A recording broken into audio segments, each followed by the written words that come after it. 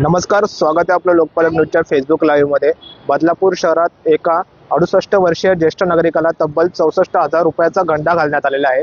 आपण बघितलं तर गेले 2 दिवसांपूर्वी 6 तारखेला सकाळी 11 वाजता येस बँक आहे घोरपडे चौकामध्ये, या येस बँकेच्या एटीएम मध्ये एक सेवानिवृत्त ज्येष्ठ नागरिक आपण जर बघितलं तर पैसे काढण्यासाठी आले होते। त्यांनी अनेक वेळा पैसे काढण्यासाठी प्रयत्न केले, परंतु त्यांच्याकडून कुठली तरी अडचण येत असल्यामुळे पैसे त्यांच्याकडून निघू शकले नाही।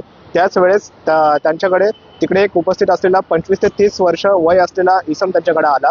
मदतीचा बहाणा करून त्यांनी मी ते पैसे तुम्हाला काढून देतो असं त्या ज्येष्ठ नागरिकांना सांगितलं आणि कुठेतरी ज्येष्ठ नागरिकांकडून त्याने मदतीचा बहाणा करून आपण जर बघितलं तर तब्बल 64,000 रुपये 64,000 रुपये काढून घेतलेले आहेत। 64,000 रुपयांचा गंडा त्यांनी त्या ज्येष्ठ नागरिकाला घातलेला आहे। आपण तर बघितलं तर काही दिवसांपूर्वी येस बँकच्या एटीएम मध्ये अशाच प्रकारची घटना घडली होती आणि बदलापूर पूर्व पोलीस स्टेशनमध्ये त्या संदर्भात गुन्हा देखील दाखल करण्यात आला होता आणि आता दुसरी ही घटना याच बँकेच्या एटीएम मध्ये घडत आहे आणि या संदर्भात देखील ज्येष्ठ नागरिकांनी आता पोलीस स्टेशनला तक्रार केली होती आणि गुन्हा देखील दाखल करण्यात आलेला आहे। आपण बघितलं तर या एटीएम मध्ये या घोरपडे चौक परिसरातील अनेक नागरिक पैसे काढण्यासाठी येत असतात।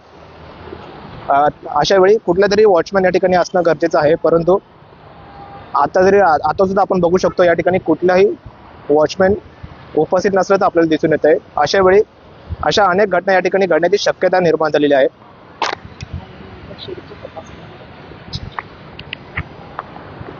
आता सदर दुसरी घटना ही सलग घडलेली आहे। हनुमंत शिर्के बदलापूर पूर्व पोलीस स्टेशनचे अधिकारी आहेत, तो आता हे तपास करत आहेत। आता कशा प्रकारे या चोराला पकडण्यासाठी पोलीस प्रयत्न करतात, कशा प्रकारे शोध लागतो हे पाहणं देखील आता महत्त्वाचं ठरणार आहे। परंतु कुठेतरी नागरिकांनी देखील अशा प्रकारची मदत घेणं टाळलं पाहिजे असं आवाहन आता प्रशासनाच्या माध्यमातून या ठिकाणी करण्यात येत आहे। याबाबत आता जे काही अपडेट आहेत ते आपण आपल्यापर्यंत पोहोचवत राहू।